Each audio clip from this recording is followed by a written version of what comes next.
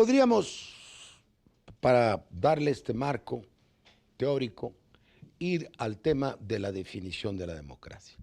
Te decía en el intermedio que aquella tesis de la democracia sin adjetivos, de la que hablara un muy inteligente, por cierto, historiador mexicano, queda hecha añicos. La democracia, como cualquier cosa, tiene todos los adjetivos que le convengan: blanda, dura, insuficiente, audaz, falsa, simuladora, de todos los adjetivos. Pero tú estableces dos antinomias fundamentales.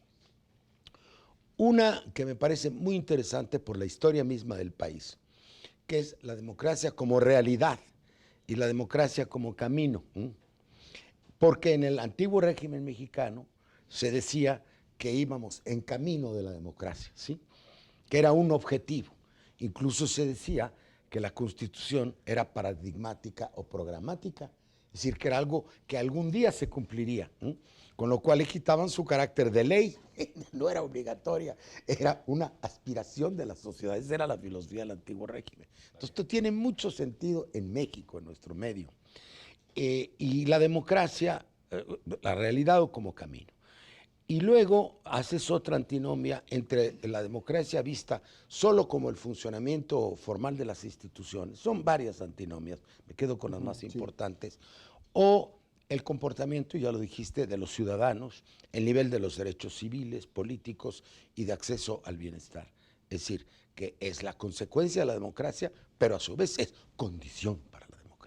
¿Podrías abundar un poco en esta tesis? Sí, creo que retomaría la parte que tú planteas. En efecto, creo que hay un momento en el proceso mexicano en donde todo el mundo estaba cubierto, todas las fuerzas, los actores, por este gran paraguas de decir: vamos por la cuestión electoral, vamos a través de una transición pactada, vamos a través de una democracia que nos permita establecer los procedimientos para la alternancia en el poder. Y creo que esto fue una lucha durante varios años que de alguna forma fue apuntalando este sistema electoral con la expectativa de que esto iba a permitir construir la base para que después viniera la definición de los proyectos de país. Esto, de alguna forma, llegamos así al año 2000 y 6 años después, con las mismas reglas electorales, después de una elección en el 2000 que fue pacífica, tranquila, aceptada, legítima, tuvimos el escenario completamente adverso, es decir, vimos que cuando se trataba ya de no solo de la alternancia, sino definición de proyectos, es decir, tú tienes los procedimientos por un lado, por el otro lado tienes los compromisos de país que quieres, ya no se empezaron a respetar esos procedimientos y entonces vino como una decadencia de ese proceso y nos llevó a un gran conflicto. Regresó el conflicto y una polarización que todos conocemos, y esto de alguna manera nos vuelve a plantear el problema hacia adelante, es decir, los procedimientos que no garantizan la toma de los compromisos por los actores, que tiene que ver con los proyectos de país, de alguna forma nos está diciendo que nuestra democracia se vulneró. Se vulneró porque nomás aguantaba hasta cierto nivel de alternancia, pero no otro que ya tuviera en contra otro proyecto o un proyecto diferente, un proyecto alternativo de Alguien país. dice que es una democracia hemipléjica,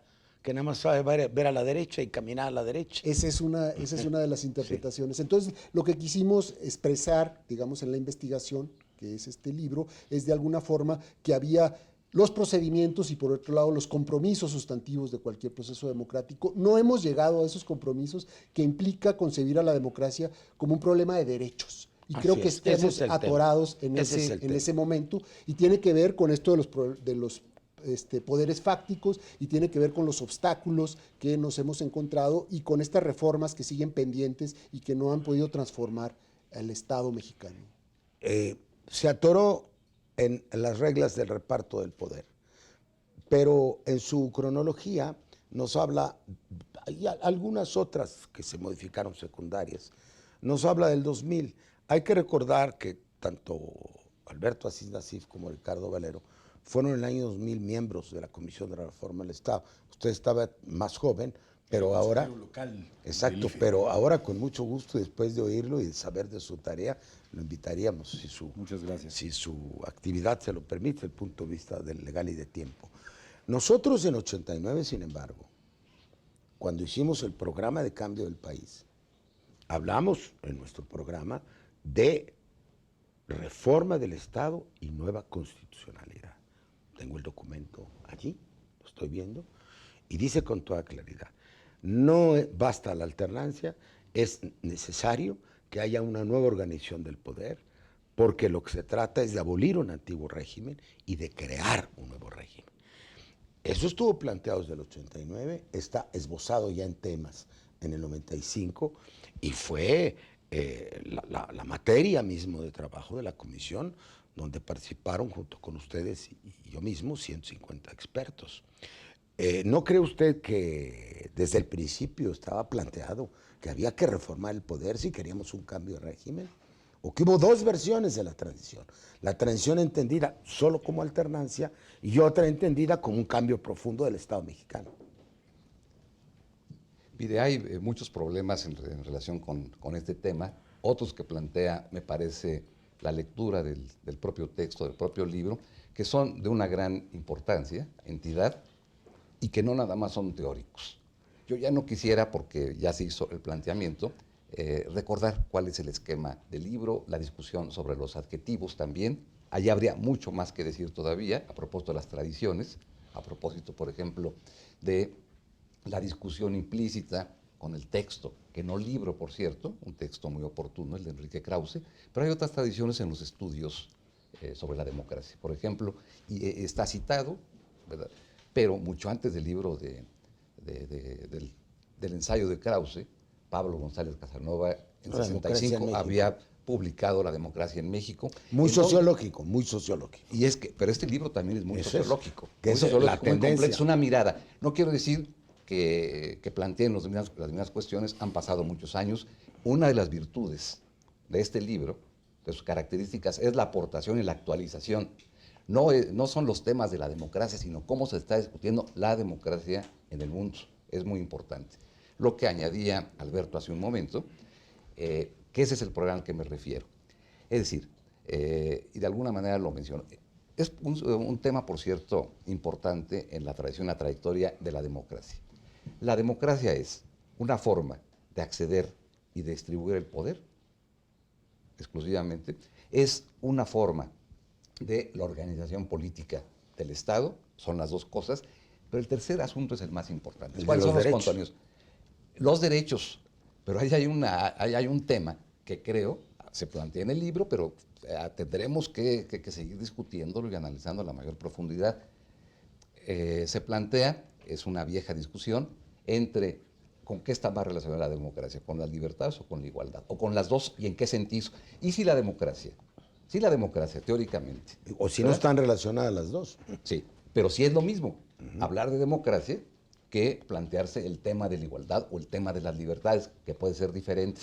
Es decir, es el tema de las condiciones, que también está muy explorado en la evolución de la teoría política desde hace mucho tiempo, cuáles son las condiciones sociales que permiten el desarrollo y el funcionamiento de la democracia o no. En el siglo XIX se hablaba de libertades públicas y derechos civiles, como dos cosas distintas. Sí. Había la tendencia anglosajona a mayores libertades públicas y la tendencia francesa continental a mayores derechos ciudadanos. Sí. He visto de parte del consejero que es expresivo, también hago algunas expresiones cuando estoy oyendo que algunas cosas no está de acuerdo. ¿Qué pensaría sobre estos temas? Bueno, el primer asunto que yo pondría de manifiesto es una de las grandes ausencias de nuestro camino a la democracia, empezando por aquel viejo libro, además un extraordinario libro, de un Estado que se cuenta a sí mismo, que es el libro de Pablo González Casanova, sí. Y sobre el que habría algún día que hacer un programa específicamente, pues es una obra además emblemática, me parece, en la teoría social mexicana.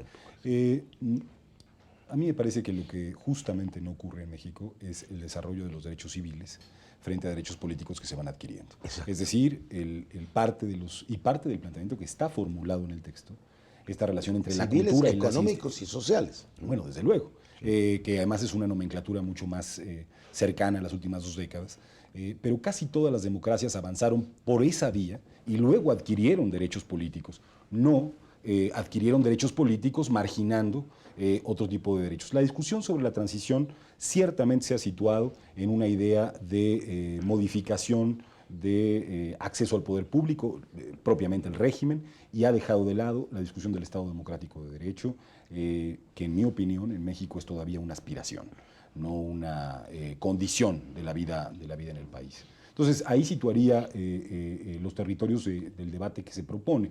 Y creo que hay una cosa relevante desde el punto de vista teórico en el libro. Y insisto en ella porque creo que ahí hay un elemento que explorar.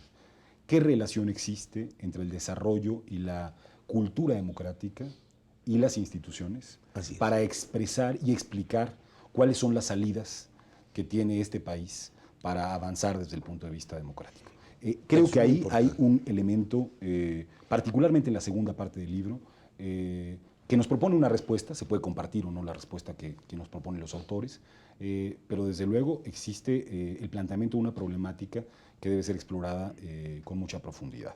Ahí colocaría, pues, mis... Es el tema de los equilibrios. Ricardo Valero dijo, sintetizando las distintas antinomias, que es la antinomía entre libertad e igualdad.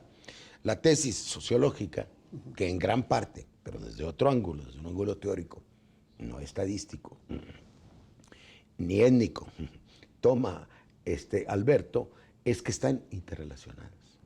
No se puede tener más libertad real si no se tiene igualdad. La libertad del muerto de hambre pues, es inexistente, como dirían, para simplificar las cosas. Y por otra parte, no se puede llegar a un nivel de igualdad si no hay un ejercicio de las libertades públicas, porque si no seguirían gobernándonos las monarquías absolutas. Se dice con razón que la Constitución de Cádiz, en 1812, que nos regió a los mexicanos 2 veces como colonia española, era la más democrática de su tiempo, lo que es absolutamente cierto.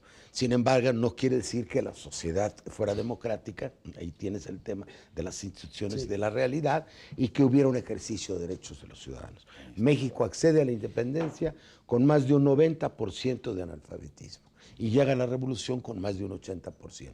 Esos son los grandes temas de la democracia que vamos a seguir platicando.